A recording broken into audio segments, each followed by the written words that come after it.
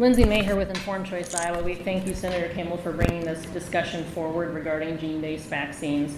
We echo the concerns of the doctors and scientists who just spoke about the mounting body of evidence that not only were those injured or killed misinformed about the possible risks, but the manufacturing process was tainted by contaminants and undisclosed plasmid primers, and also that these are impacting the general public who did not consent to these products.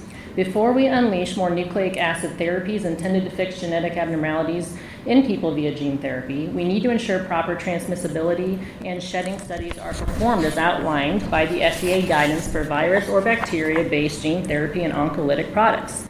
This process was skipped over during the emergency use authorization process and again not performed prior to the FDA approval of the COVID vaccines.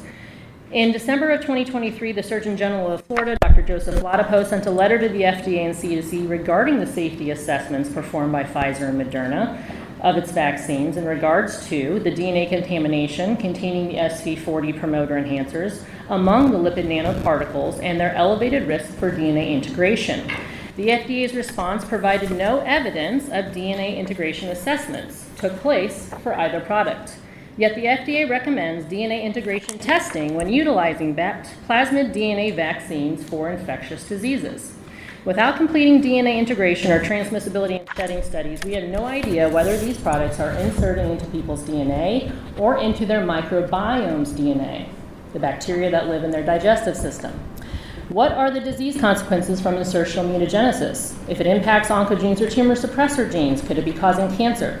Could they be interfering with specific proteins that are needed for essential cell functions? Or are they the cause of so many of the autoimmune conditions people who are vaccine injured are experiencing? What happens if they integrate it into the sperm and egg cells of their patients? What will happen to the next generation? These products are not your typical live virus, inactivated virus, or subunit vaccines. These are gene therapy products intent on altering a person's body. With that being said, we do not like the mechanism of enforcement for this bill or an outright ban. Instead, we recommend a provision requiring the product manufacturers provide evidence that these tests have all been completed with no possibility of integration or transmission to the non-consenting public, as well as waiving their immunity from liability prior to allowing them to be available in Iowa. Thank you. Thank you. And now one opposed, please.